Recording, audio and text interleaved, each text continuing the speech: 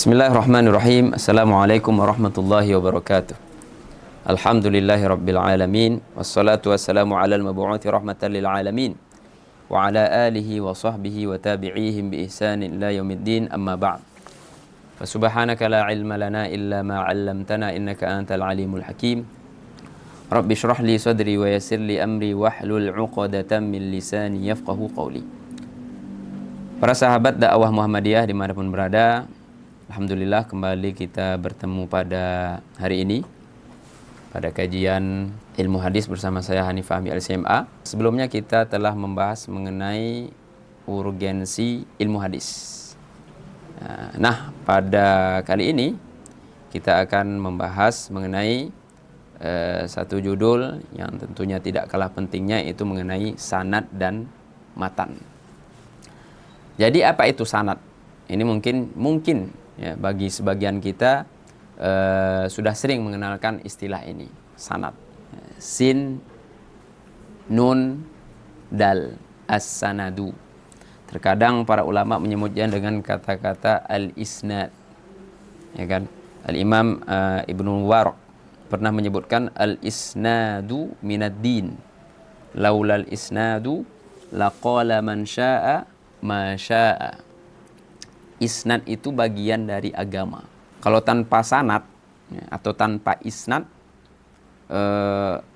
setiap orang akan bisa menyebutkan apapun sesuka hati dia, karena dia nggak ada sandarannya, ya kan? Seperti yang terjadi sekarang kalau kita di media sosial atau di kehidupan sehari-hari, seseorang bisa menyebutkan suatu statement, pernyataan ya, dari dirinya sendiri, atau dia menyatakan bahwasanya si fulan ngomong seperti ini ya, tapi bisa dia berbohong, ya kan, ketika dia tidak tidak jujur dalam hal itu, ya kan.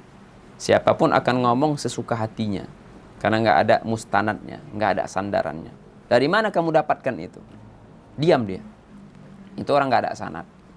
Nah, ini sanad dalam hadis Nabi. Makanya para ulama kita, pengalaman kita studi di Al-Azhar atau siapapun yang belajar ya di Timur Tengah ataupun di sini, kalau mempelajari Al-Quran itu dengan sanad ya. Mengkaji Al-Quran daripada seorang guru yang mengkaji juga dari guru. Jadi sanad itu bahasa sederhananya guru. Siapa guru kamu? Siapa yang ngajarin kamu seperti ini? Kan seperti itu. Jadi kalau dia mengklaim dia belajar di suatu sekolah, suatu madrasah, suatu pesantren, kemudian dia melakukan sesuatu yang mungkin bertentangan dengan syariat ya, itu dipertanyakan, siapa yang ngajarin dia? Karena sanad itu adalah guru, silsilah, rentetan guru sampai kepada Rasulullah SAW. Dan ini adalah kelebihan umat Islam ya. Umat Islam itu memiliki beberapa kelebihan yang mana tidak dimiliki oleh umat lain.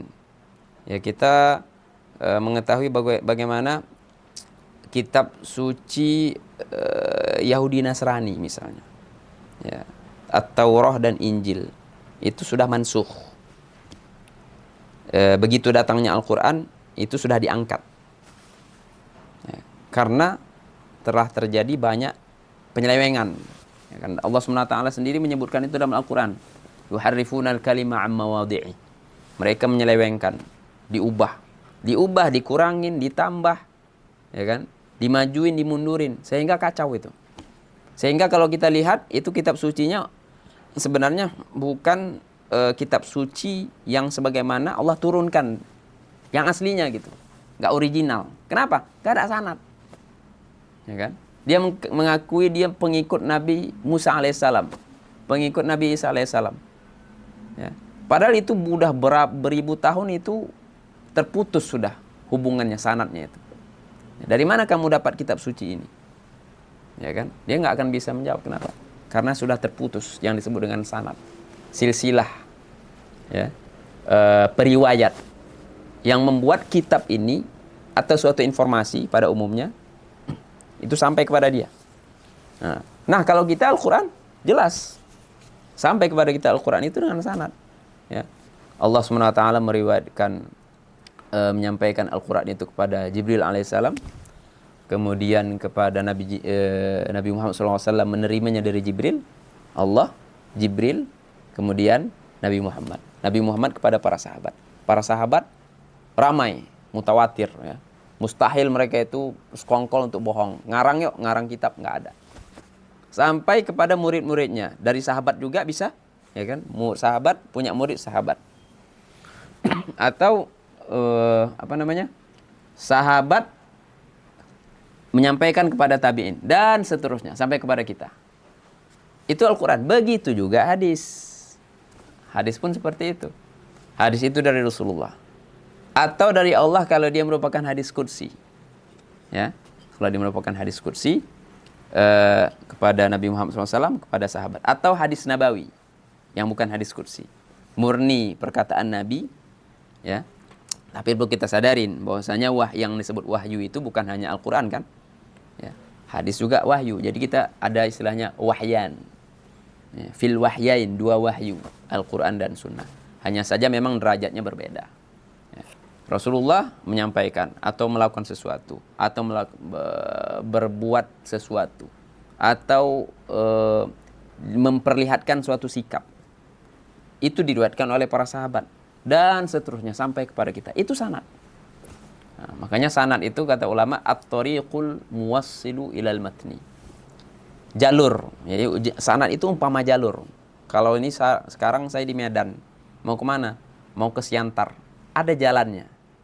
Ada jalannya, jalurnya yang harus ditempuh. Nggak bisa suka-suka kita kan? Ya. Ada yang kalau kita tempuh, bukan malah sampai ke Siantar, sampai tempat lain. Jadi ada. Nah, itu jalur. Itulah sanad. Jalur bersambung. Dan sanad itu kan supaya suatu hadis itu sahih harus bersambung. Ya. Nggak bisa saya nyampaikan kepada kita semua di sini, misalnya saya mendengarkan dari Kiai Haji Ahmad Dahlan berkata, bohong saya. Ya.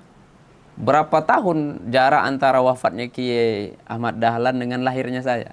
Itu terputus. Mustahil kata orang. Ya. Saya nggak sampai 40 tahun. Berapa? Nah, nggak ada sanadnya, terputus. Bohong. Nah, jadi ini adalah urgensi sanad. Itulah sanad. Ya. Setelah sanad itu bersambung, baru keluar statementnya. Ya. Imam Bukhari menyatakan misalnya dari gurunya Al-Humaidi. Ini hadis Innamal Amal Binniyat. Humaidi dari Sufyan. Sufyan dari Yahya bin Sa'id. Yahya bin Sa'id dari gurunya yang bernama Muhammad bin Ibrahim. Ini nama-nama orang semua nih. Ya, dari murid ke gurunya Humaidi. Imam Bukhari. Humaidi dari gurunya yang bernama Sufyan. Dari gurunya yang bernama Yahya bin Sa'id. Dari gurunya yang bernama Muhammad bin Ibrahim. Dari gurunya yang bernama Alqamah. Yang mana guru Alqamah ini adalah Umar bin Khattab. Dari Umar bin Khattab dari Rasulullah SAW. Kemudian Rasulullah SAW bersabda, Innamal a'malu binniyat. Ini matan. Nah, kan kajian kita pada saat ini sanad dan matan. Jadi itulah sanad. Nah, penting atau tidak? Sangat penting. Ya. Sangat penting. Penting. Dan ini juga dari sini kita belajar bagaimana urgensinya sanad ini. Kita ambil hikmahnya, filosofi sanad ini dalam kehidupan kita sehari-hari. Nah, kalau ngomong, kalau mau suatu informasi, sumbernya harus jelas. Nah, bukan artinya apa ya, karena yang kita ambil filosofinya. Apa tujuan sanad itu? Agar bagaimana informasi yang mau kita ambil, apalagi mau kita amalkan, apalagi mau kita share, sumbernya harus jelas. Jangan sampai kita menyebarkan berita hoax, ya, dapat di medsos, di YouTube atau di apapun, di FB, di Google, dengan mudah kita share tanpa kita mencek, meneliti kebenaran sumbernya. Nah, itu filosofi sanad itu seperti itu. Yang kedua matan. Nah, istilah matan nih. Matan itu ya bunyi daripada berita tersebut. Ya. Ketika Aisyah mensifati puasanya Rasulullah bagaimana? Bagaimana tahajudnya Rasulullah SAW? Aisyah melihat Rasulullah SAW tahajud. Kemudian ditanya oleh Aisyah, Bukankah Allah SWT sudah mengampuni dosa-dosamu? Ma taqaddama min dzambik wa ma ta'akhkhar. Apa kata Rasulullah? Afala akunu 'abdan syakura. Nah, ini kan matan nih. Nah, matan itu adalah isi daripada suatu hadis. Baik perkataan Nabi, baik perbuatan Nabi, baik ketetapan Nabi, atau akhlak Nabi, atau fisik atau penampilan Nabi. Itulah matan. Nah, jadi inilah dua istilah yang penting yang harus kita kenal di dalam ilmu hadis, yaitu sanad dan matan. Semoga dapat kita fahamin, bermanfaat bagi kita, menjadi wawasan bagi kita, juga mencerahkan insyaallah. Barakallahu fiikum wa sallallahu wasallam ala nabiyyina Muhammad wa ala alihi wa sahbihi ajma'in walhamdulillahi rabbil alamin. Wassalamu alaikum warahmatullahi wabarakatuh.